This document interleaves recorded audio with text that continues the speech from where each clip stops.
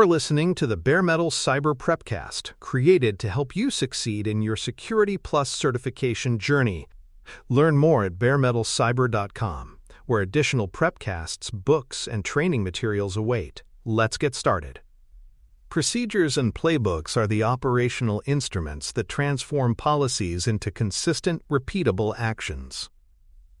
Where a policy might say, incidents must be contained rapidly, a procedure outlines how containment is performed, step by step, and a playbook captures those procedures in structured, reusable form. These instruments eliminate ambiguity during stressful moments, ensuring responders do not waste time debating what to do or improvising inconsistently. They also provide accountability, proving to auditors and executives that security incidents are handled systematically rather than chaotically. For learners, think of playbooks as recipe cards for common meals. You may know the broad principles of cooking, but the recipe provides exact ingredients, steps, and timings, so the dish comes out the same every time. Security programs rely on these operational instruments to ensure speed, accuracy, and defensibility during incidents. The choice between using a playbook or an investigative procedure depends on context. Playbooks are best suited for high-probability, well-understood incident types, such as phishing, malware infections, or credential compromise. These scenarios follow recognizable patterns and can be addressed with pre-scripted responses. Investigative procedures, on the other hand, are necessary for novel, complex, or ambiguous incidents where little is known up front. These may include insider threats, advanced persistent attacks, or zero-day exploits. Investigative procedures guide responders in gathering evidence, forming hypotheses, and escalating appropriately, but they leave room for flexibility.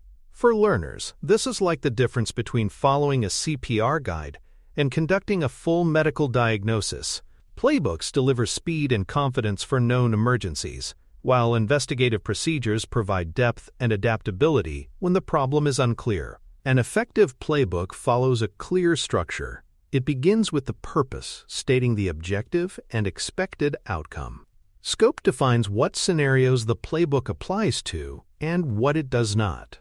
Prerequisites ensure operators have the right access, tools, and context before execution. Step-by-step actions provide explicit, numbered instructions written in concise, unambiguous language. Verification steps ensure each action achieved its goal, preventing responders from moving forward blindly. Rollback procedures provide a way to undo actions safely if a step causes unintended harm.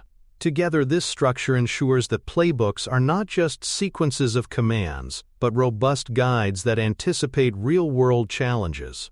For learners, think of it like assembling furniture.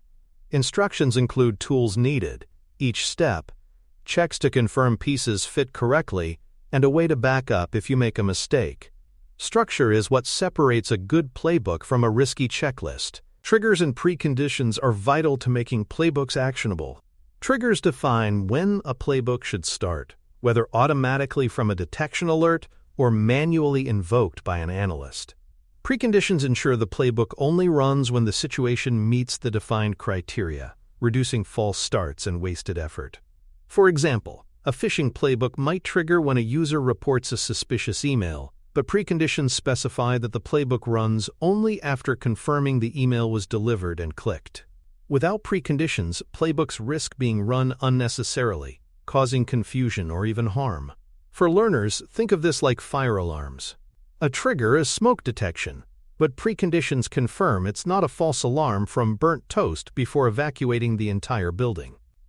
Triggers and preconditions ensure responses are timely but controlled. Decision points and approvals must be embedded in playbooks to maintain governance. Not every step should execute automatically. Some require human judgment or executive authorization. For instance, disconnecting a production server might require incident commander approval, while resetting a user's credentials may proceed automatically. Decision points clarify when operators must stop, review conditions, and seek higher authority before proceeding. These controls prevent responders from making high-risk decisions unilaterally and preserve organizational accountability. For learners, think of this like military operations. Soldiers may follow standard orders, but launching missiles requires authorization from higher command. Decision points within playbooks protect against overreach and ensure security actions align with governance standards. Safety checks are another essential component. Before destructive or irreversible actions, playbooks should require pre-change snapshots, dry run simulations, or verification gates. For example, before deleting malicious accounts, responders should confirm snapshots of related systems exist for recovery. Dry run commands may simulate the effect of a firewall change before committing it. Verification gates require secondary confirmation from logs or alerts before proceeding further. Safety checks ensure that automated speed does not turn into reckless damage. For learners, think of this like surgeons pausing before an operation to confirm the correct patient and procedure. Playbooks must bake in safeguards to protect systems and data, even while moving quickly to contain threats. The authorship of runbooks and playbooks is also a critical governance responsibility. Subject matter experts, whether from security operations, forensics, or network engineering, are responsible for writing and maintaining content in their domains. They ensure accuracy, relevance, and alignment with current architecture. Each playbook should have a documented owner who attests periodically to its accuracy. Without clear ownership, playbooks drift into obsolescence, reflecting outdated tools or processes. For learners, think of it like a textbook. Knowledge must be authored by experts and updated regularly, not left to assumptions. Ownership ensures playbooks remain trustworthy and ready for execution at any time. Testing strategies validate that playbooks work as intended. Tabletop verification allows teams to walk through steps in a low-stress setting, ensuring clarity and feasibility. Simulated runs test the playbook in controlled environments, applying actions to non-production systems or sandboxes. Live canary executions apply playbooks cautiously to limited production systems under close monitoring. Each method builds confidence and exposes gaps before large-scale use. Without testing, playbooks may contain hidden errors that only surface during real incidents. For learners, this is like flight simulators for pilots. Training and testing in controlled environments prepare pilots for real emergencies, ensuring both confidence and precision. Security teams must adopt the same discipline for their playbooks. Maintenance cadence ensures playbooks remain current and useful. Standards should require scheduled reviews, often quarterly or semi-annually, where owners verify accuracy. After every execution, playbooks should be updated based on lessons learned, capturing improvements immediately. Post-incident reviews should feed directly into playbook refinement. Maintenance prevents rot. Without it, playbooks may reference obsolete tools, outdated contact lists, or irrelevant commands. For learners, think of this like maintaining emergency equipment. Fire extinguishers must be inspected regularly to ensure they work when needed. Playbooks require the same vigilance to remain operationally effective. Documentation style plays a significant role in usability. Playbooks must be concise, avoiding long paragraphs in favor of numbered steps. Command line examples should be provided alongside expected outputs, so operators know what success looks like.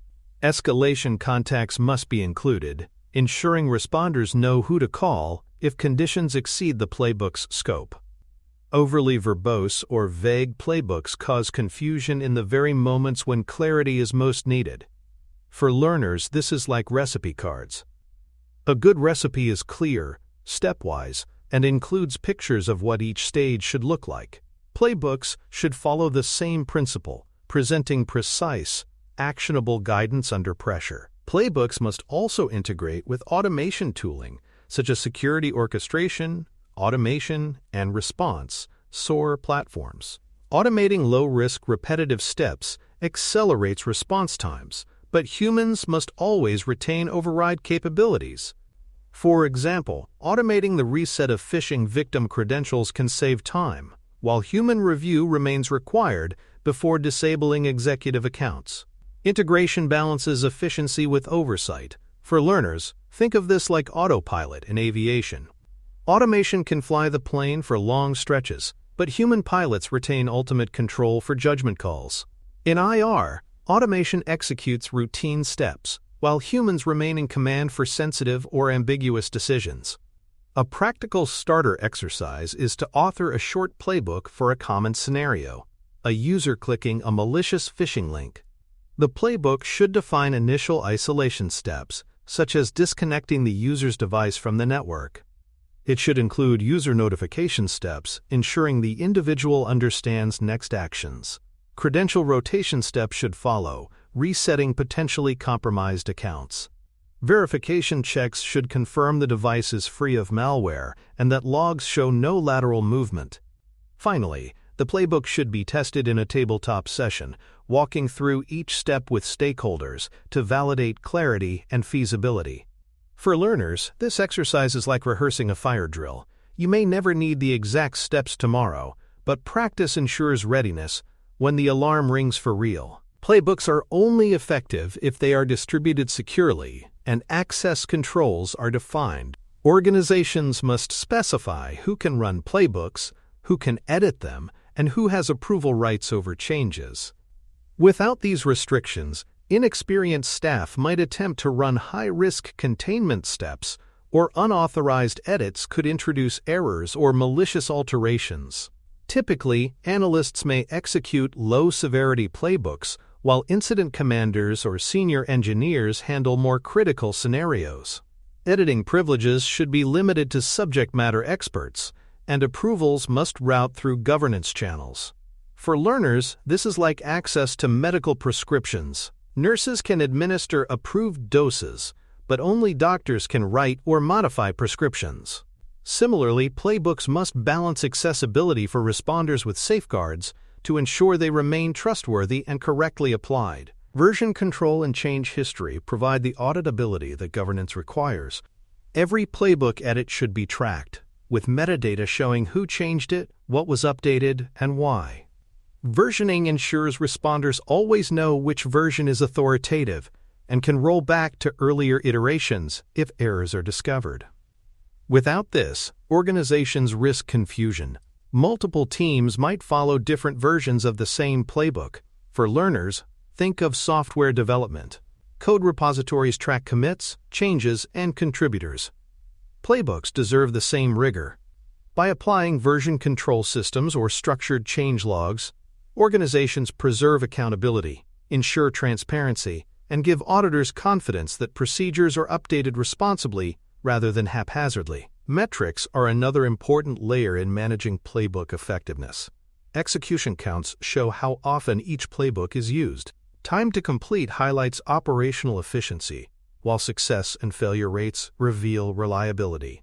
Manual interventions, steps where humans had to override automation, provide feedback on where playbooks may need refinement. For example, if a ransomware containment playbook consistently requires manual correction, it signals the automation is incomplete or overly rigid. Metrics transform playbooks from static documents into measurable assets. For learners, think of athletic performance. Coaches don't just hand players drills, they time, score, and review outcomes. Similarly, metrics allow leaders to understand which playbooks provide value, which are outdated, and where resources should be invested to improve them. Common pitfalls in playbook design must also be addressed. Overly long playbooks burden responders with unnecessary detail, slowing execution. Ambiguous steps lead to hesitation or inconsistent results. Missing verification criteria means responders may think they have solved a problem when risks persist. These pitfalls are avoidable by applying structured design principles, concise instructions, explicit outputs, and clear verification steps. For learners, imagine an instruction manual that runs hundreds of pages, uses vague phrases like "adjust as needed," and never shows what done looks like. Such manuals frustrate and confuse. Playbooks must instead be usable in stressful, time-sensitive conditions, with clarity prioritized over perfection. Escalation ladders clarify when playbooks transition to full incident management. For example, a phishing playbook may address routine emails with automated quarantines and resets, But if multiple executives are targeted or lateral movement is detected, escalation must occur. Playbooks should define these escalation thresholds explicitly, directing responders when to stop scripted steps and convene the incident command process. Without this, responders may attempt to handle critical breaches with inadequate tools. For learners, think of first aid. A kit can handle cuts and scrapes, but heart attacks require emergency services. Escalation ladders ensure responders know when an incident has exceeded playbook boundaries and requires a higher level of response. Training modules should also be linked to playbooks, so operators practice responses in realistic conditions. Training goes beyond reading. It involves simulated runs, hands-on labs, and drills. Linking playbooks to training ensures new staff understand not only the steps, but also the context, decision points, and potential complications. This builds confidence and muscle memory. For learners, this is like sports drills. Teams don't just memorize plays on paper, they rehearse them in practice, so execution becomes natural under pressure. Playbooks must be integrated into training cycles, ensuring responders are prepared for both common and high-stress scenarios. Safe automation embedding is another design best practice. Automation accelerates repetitive, low-risk steps like quarantining suspicious emails or resetting passwords. However, high-risk steps such as disabling servers or revoking executive access require human approvals. Automation should serve as an autopilot that handles routine tasks but always hands control back to humans at decision points. This prevents accidents while maintaining efficiency. For learners, think of self-driving cars. Automation can manage straight roads, but complex traffic situations demand a driver's judgment. Playbooks should follow the same principle. Automate where safe but preserve human judgment for sensitive, high-impact actions. Central cataloging of playbooks ensures visibility, usability, and accountability. A central repository should list every playbook, tagged by incident type, owning team, and last tested date. This prevents duplication, ensures responders always know where to find the latest version, and supports governance reviews. Cataloging also makes audits easier by showing a comprehensive inventory of operational documents. For learners, imagine a library without a catalog. Books might exist, but no one can find them when needed. Cataloging ensures playbooks are not hidden in silos, but are shared, accessible, and governed across the organization. Capturing evidence after execution is another required practice. Playbooks should mandate that responders upload relevant logs, screenshots, and artifacts, along with a short execution summary.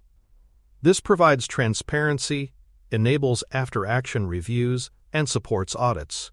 Without evidence capture, organizations lose the ability to verify what occurred and whether actions were effective. For learners, this is like lab experiments in school. Students must record not just their final answer, but their steps, data, and observations. In security, execution summaries provide the same accountability, ensuring each playbook run leaves a clear trace for future analysis. Continuous improvement is built into the lifecycle of playbooks. After each run, responders should provide feedback on whether steps were clear, automation worked as expected, or ambiguity caused delays. Governance teams should collect this feedback and refine playbooks iteratively. Over time, continuous feedback loops ensure playbooks stay relevant, accurate, and streamlined. For learners, think of product updates. Apps evolve through bug reports and feature requests, improving with each release. Playbooks require the same iterative care, ensuring lessons from the field are captured and applied promptly. Governance also requires periodic audits of playbooks. These audits confirm alignment with current policies, regulatory requirements, and system architectures. For example, if cloud infrastructure shifts from on-premises to hybrid, playbooks must be updated to reflect new logging and isolation steps. Audits ensure playbooks are not only operational but also compliant and aligned with governance expectations. For learners, this is like accreditation reviews in education. Schools are periodically audited to confirm curriculum, resources, and processes remain current. Playbook audits ensure operational documents are not drifting out of step with the larger governance framework. Ultimately, playbooks are living artifacts that require structured lifecycle management. They must be authored, versioned, tested, audited, and improved regularly. They must integrate automation responsibly, maintain evidence capture, and tie directly to training cycles. Playbooks are not one-and-done documents, but dynamic tools that evolve as systems and threats change. For learners, the takeaway is clear. Playbooks are like blueprints for safety. They guide action, reduce ambiguity, and must be updated as conditions change.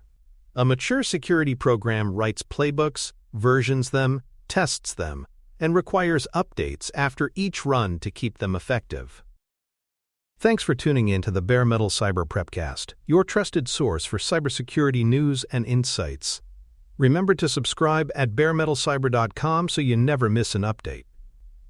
And visit cyberauthor.me for best-selling cybersecurity books that equip you with expert knowledge. Until next time, stay secure and stay vigilant.